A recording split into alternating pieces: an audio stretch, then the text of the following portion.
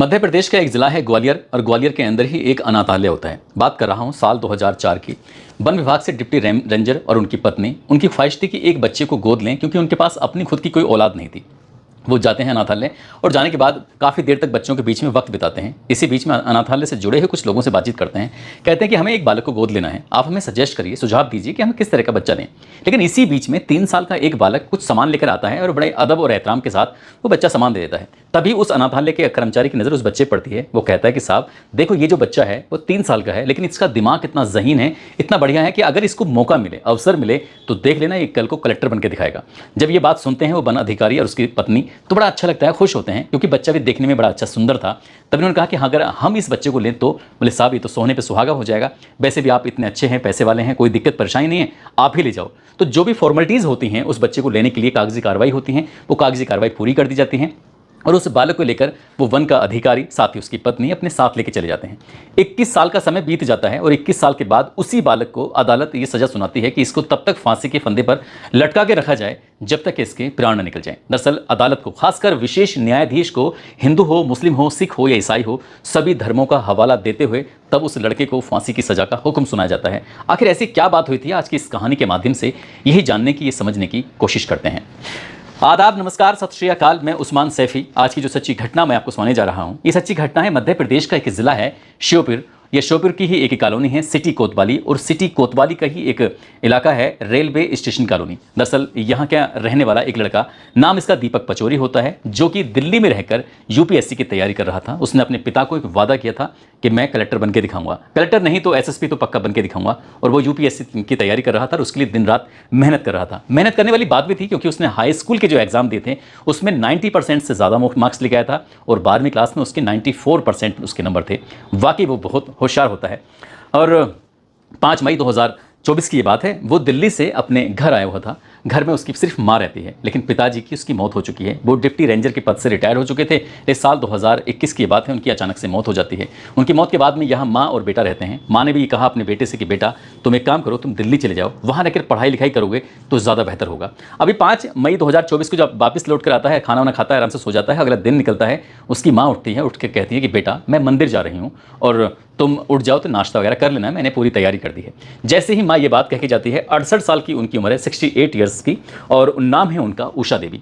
जैसे ही वो माँ वहाँ से निकलती हैं, लेकिन निकलने के बाद वो लड़का देर तक सोता रहता है। जब देर तक सोता है तो उठता ही नहीं है। आखिरकार उसकी आंख जब 12 साढ़े 12 बजे के आसपास खुलती है, घड़ी देखता है, कहता है बहुत टाइम हो गया, लेकिन माँ नहीं दिखाई दे रही है। तभी पड़ोस में जाता है और पड़ोस में जाने के बाद जो राम बाबू रहते हैं उनसे जाकर कहता है कि अंकल जी, सुबह माँ मंदिर जाने के लिए निकली थी, लेकिन अभी वापस लौट कर नहीं आई है, क्या आपने देखा है उन्हें? क्योंकि इस घर में उसकी माँ का आना जाना कुछ ज़्यादा होता था। पास में ही और घर है और दूसरे घर है, तीसरे चौथे पाँचवें, आसपास के जितने भी घर होते हैं हर घर में जाता है, दरवाज़ा खटखटाता है और अपनी माँ को पूछता है। पूरी कहानी बयां करता है कि माँ सुबह उठी थी, मंदिर जाने के लिए गई थी, उसके बाद मैं सोता हुआ रह गया और मैंने देखा तो माँ मिल नहीं रही है। ऐसे करते करते शाम हो जाती है, लेकिन माँ लौटकर वापस नहीं आती। माँ के पास जो मोबाइल नंबर था वो भी स्विच ऑफ हो रहा था। आखिरकार ढूंढे तो कहाँ ढूंढे, उसकी ये समझ में नहीं आ रहा था।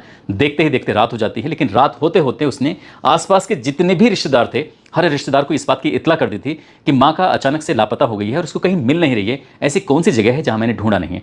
वहीं ग्वालियर में उसके मामा रहते हैं। मामा अशोक को भी फ़ोन करके कहता है कि मामा जी, माँ का पता नहीं चल रहा है, क्या माँ आपके पास आई है? जब इतनी बात पूछी जाती है, मामा कहते हैं कि यहाँ तो नहीं आई है, लेकिन परेशान होने की ज़रूरत नहीं है, वो वापस लौट कर आ जाएगी, टेंशन मत लेना। इस तरह की बात समझाई जाती है। लड़का इंतजार करता रहता है और एक डायरी उसके पास रहती है जो उसे हमेशा अपडेट करता है। डायरी के पन्नों में लिख रहा था और लिखते लिखते रोते रोते उसने लिखा, माँ तुम कहाँ चली गई हो, वापस लौट कर कब आओगी, मैं बहुत ज़्यादा परेशान हूँ। इस तरह की बात लिखी थी। उसके बाद दिन निकलता है, फिर पड़ोसियों के पास जाता है और सबसे कहता है कि माँ को ढूंढवा दो, मदद करा दो। अब अड़ोस पड़ोस के लोग भी मदद करने लगते हैं। 7 तारीख की बात है, 7 मई 2024, पूरा दिन माँ को ढूंढा जाता है, लेकिन माँ नहीं मिलती। फिर भी इंतजार किया जाता है। 7 तारीख की रात भी निकल जाती है। अब यह 8 मई 2024 की दिन निकलता है। अब चचेरा भाई जिसका नाम संजय होता है, मामा यानी कि अशोक, ये सीधा कोतवाली पहुंच जाते हैं और कोतवाली जाने के बाद बताते हैं कि इस तरह से इनका उषा देवी हैं, उम्र जिनकी लगभग 68 ईयर 68 साल के आसपास की उम्र है, उनका कहीं आता पता नहीं चल रहा है। वो मंदिर जाने के लिए निकली थी। तब उस लड़के से पूछा जाता है कि तुमने कब देखा, कैसे देखा? तो इस तरह की जब बातें पूछी जाती हैं वो उसने नॉर्मली जवाब दे दिया और पुलिस ने गुमशुदगी दर्ज कर ली। जैसे ही पुलिस ने गुमशुदगी दर्ज की है, पुलिस ने कहा कि बिल्कुल परेशान होने की जरूरत नहीं है, हम अपनी तरफ से पूरी ताकत लगा देंगे उन्हें ढूंढने में। आखिरकार ये जो उसका चचेरा भाई है संजय, उसका मामा है अशोक और दीपक पचौरी, थाने से जैसे ही निकलते हैं अचानक ही संजय वापस थाने में जाता है और एसएचओ के पास जाने के बाद कहता है कि साहब देख लेना, आप इस लड़के पर नजर रखना, क्योंकि मुझे लगता है कि इस लड़के ने कुछ ना कुछ घालमेल जरूर किया है। इतना कहता है, पुलिस वाले ने तुरंत इसको पकड़ लिया। किस तरह की बातें कर रहे हो? अरे उसकी माँ गायब हो गई है, गुमशुदा हो गई है, वो ढूंढ रहा है और उसके बावजूद भी तुम ऐसी बात कर रहे हो। वो कहता है कि साहब ये रात 10:30 बजे के आसपास उसके पास आया था, 6 मई 2024 की रात 10:30 बजे के मेरे पास आता है। मैं सीधा घर जाता हूँ, घर जाने के बाद देखता हूँ कि पूरे घर के जितने भी कमरे हैं सब में ताले लगे हुए हैं। मैंने पूछा कि ताले क्यों लगे हुए हैं? तो वो कहता है कि चाबी तो माँ के पास है, माँ लेके चलेगी। तो बोले इसमें क्या नई बात है? बोले अगले दिन सुबह को फिर मैं जाता हूँ ढूंढने के लिए, क्या आखिर घर जाता हूँ पूछने के लिए, तो देखता हूँ कि सारे घरों के जो दरवाजे थे वो खुले हुए थे। इससे पूछा जाता है तो कह रहा था कि मैंने नई चाबी बनवा ली है। बड़ा अजीब सी बात है, इत्तेफाक की बात है कि रात में 10:30 बजे गया हूँ, अभी सुबह दिन निकला है, रात में आखिरकार चाबी बनाकर कौन दे देगा? तभी पुलिस के लिए भी दिमाग में एक बत्ती जलने जैसी स्थिति थी। आखिरकार पुलिस ने कहा कि ठीक है तुम अपने घर जाओ, हम अपने हिसाब से बातचीत करते हैं। तुरंत ही दीपक पचौरी को वापस बुला लिया कि आप आओ, तुमसे कुछ बातचीत करनी है, पूछताछ करना है। उससे पूछा जाता है कि तुमने अपनी माँ को कहाँ देखा था? तो उसने कहा कि वो मंदिर जाने के लिए निकली थी। कुछ देर बाद कहने लगता है कि साहब हाँ मैंने सुना था कि वो हॉस्पिटल भी गई थी। तभी पुलिस वाले कहते हैं कि हॉस्पिटल गई थी, किस टाइम गई थी, टाइमिंग बताइए। जब टाइमिंग बताने वाली बात आती है तो वो टाइमिंग बताता है। तभी एक सिपाही से कहा जाता है कि सीधा हॉस्पिटल जाना, हॉस्पिटल में जाने के बाद वहाँ जो लगे हुए सीसीटीवी कैमरे हैं उन सीसीटीवी कैमरे में देखना कि इस टाइम क्या इसकी माँ वहाँ पहुँची थी या माँ पहुँची या नहीं पहुँची, क्या ये माँ को देखने के लिए हॉस्पिटल गया था कि नहीं गया था। तभी जब उससे कहा जाता है कि तुम सीसीटीवी कैमरे में तो आई गए होगे, उसने कहा साहब मैं अंदर नहीं गया था, मैं तो सिर्फ बाहर से लौट के आ गया। बोले बाहर से जब तुम लौट कर आ गए थे तो आखिरकार अंदर के बारे में कैसे तुम्हें पता कि माँ तुम्हारी यहाँ गई थी कि नहीं गई थी? पुलिस ने फिर उससे सख्ती से पूछताछ करना शुरू किया है। तब उसने चौंकाने वाली बात बतानी शुरू की है। दरअसल वो बताता है कि जब उसके पिताजी खत्म हो गए थे साल 2021 में, तो उससे पहले ही उन्होंने अपने नाम पर एक एफडी बनाई थी, जिसकी एफडी की जो कीमत थी वो थी 16,85,000 रुपये। और उसमें जो नॉमिनी बनाया हुआ था उस बेटे को ही बनाया था कि अगर उसके पिताजी को कुछ हो जाता है तो वो उनके मरणों उपरांत ये एफडी उस लड़के को मिल जाएगी। आखिरकार जो अचानक ही उनकी मौत हो जाती है, जो नेचुरल मौत थी वो, तो मौत होने के बाद एफडी के पैसे थे 16,85,000 रुपये इस लड़के के हाथ में लग जाते हैं। ये लड़का उन पैसों को अपने कब्जे में लेता है। 2 लाख रुपए से वो शौक मौज करता है, जितना शौक कर सकता था, जो चीज़ें खरीद सकता था, ले सकता था, खान पीन की हो या पहनने की हो, 2 लाख रुपए तक झटके में उसने खर्च कर दिए। बाकी के जो उसके पास पैसे बचे तो उसने सोचा कि क्यों ना पैसों को अगर शेयर मार्केट में लगाया जाए तो ये डबल हो जाएंगे, ट्रिपल हो जाएंगे, ज़्यादा पैसा हो जाएगा, वो अमीर बन जाएगा। अब वो इतना ज़हीन दिमाग का था कि उसके हाई स्कूल में 90% से ज़्यादा मार्क्स थे और इंटर में उसके 94% मार्क्स से ज़्यादा थे और ऐसे ही ग्रेजुएशन में भी उसके बहुत अच्छे मार्क्स आए थे। इसी तरह से ज़हीन दिमाग था, बहुत मोटा पैसा उसके जब हाथ लगा उसके दिमाग बिल्कुल जो था सही दिशा की बजाय गलत दिशा में चला जाता है। आखिरकार वक्त बीत जाता है और उसके पास धीरे धीरे करके पैसे खत्म हो जाते हैं। हालांकि ग्रेजुएशन करने के बाद उसने फिर यूपीएससी की तैयारी करने के लिए दिल्ली जरूर चला जाता है, लेकिन दिल्ली में रहते हुए उसे नशे की आदत लग जाती है। और वो ऐसी कौन सी आदत थी जो उस लड़के को नहीं लगी थी? दीपक पचौरी अब पढ़ाई लिखाई से दूर रहते हुए अभी गलत सलत आदतों में पड़ जाता है। बार बार वो अपनी माँ से पैसे मांगता था, माँ पैसे देने से साफ इनकार कर देती थी। माँ के पास 2 लाख रुपए की तो नकदी थी, साथ ही लगभग 8 लाख रुपए के उसके पास जेवर थे और 30 लाख रुपए की माँ के नाम पर एफडी थी। उसने कहा माँ इतना सारा पैसा तो तुम्हारे पास है, अगर तुम मुझे दे दोगी तो क्या तुम्हारा जाएगा? माँ कहती थी कि जब तुमने अपने पिता के 16,85,000 रुपए बेकार कर दिए तो तुम मेरे पैसों को भी बर्बाद कर दोगे। पढ़ाई लिखाई के लिए, हारी बीमारी के लिए अगर तुम्हें पैसे की जरूरत है तो मिलेंगे, लेकिन वैसे पैसे नहीं मिलेंगे।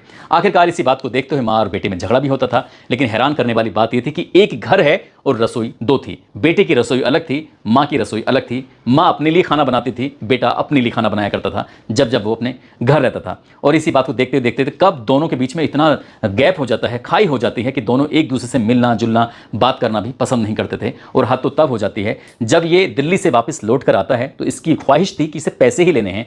ये तारीख थी 6 मई 2024, जो इसने कहा कि माँ मंदिर गई थी। माँ मंदिर नहीं गई थी, बल्कि माँ नहा के तैयार होकर छत पर एक तुलसी का पौधा लगा हुआ था, उसी में वो पानी डालने के लिए गई थी, उनकी तुलसी की पूजा करने के लिए गई थी। जैसे वो सीढ़ी चढ़ती हैं और वो लगभग वो छत के पास तक जब पहुंच चुकी थी, ये पहले से ही छत पर था, इसने बहुत तेजी के साथ अपनी माँ को धक्का दिया।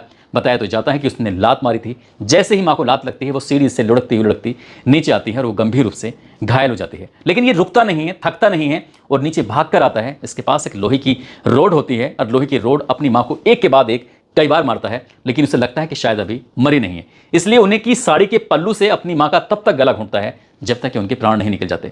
माँ तो मर जाती है, लेकिन अब माँ को ठिकाने कैसे लगाए, बस यही सोच रहा था। काफ़ी देर तक दिमाग लगाता रहता है, पास में बैठता रहता है कि क्या करूँ, कैसे मारूँ, कैसे ठिकाने लगाऊँ। तो दिमाग लगाते लगाते आखिरकार उसके दिमाग में आता है कि क्यों ना उसको बाथरूम के अंदर ही गाड़ दिया जाए। यदि उसे बाथरूम के अंदर गाड़ेगा, गड्ढा खोदेगा, तो जाहिर सी बात है आसपास में आवाज़ पहुंचेगी, और आवाज़ पहुंचेगी तो पता चल जाएगा। लेकिन उसने अपनी माँ की लाश को उठाया, बाथरूम में लेके गया, क्योंकि उसमें बहुत बड़ी मात्रा में ब्लड भी बह रहा था, और जहाँ जहाँ से ब्लड के निशान थे सब निशानों को वो साफ कर देता है। क्लीन करने के बाद बाथरूम में रखता है, और बाथरूम में रखने के बाद ईंटों का इंतजाम करता है। ईंटों का इंतजाम करने के बाद उसकी अपनी माँ को उस फर्श पर रख के ही चारों तरफ से ईंटें लगा देता है, और ईंटें लगाने के बाद सीधा बाजार जाता है।